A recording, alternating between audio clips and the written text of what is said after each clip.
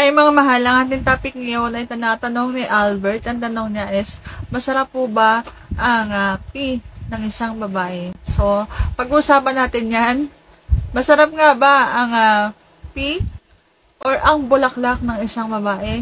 Kung interesado ka malaman, please keep on watching para bago yan. Kung bago ka pa lang sa akin channel, please consider to like this video and subscribe my channel.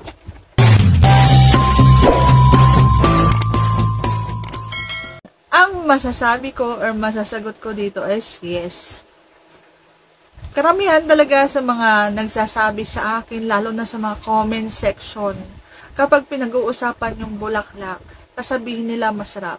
So, yan ang patunay na marami talagang nagsasabi na masarap ang bulaklak.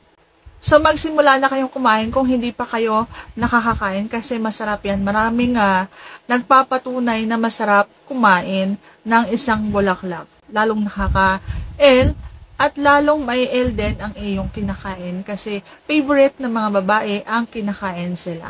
So, simulan mo na. At sana nasagot ko ng tama ngayong tanong. And if you like this video, please consider to like this video and subscribe my channel. Thank you for watching. See you on my next vlog.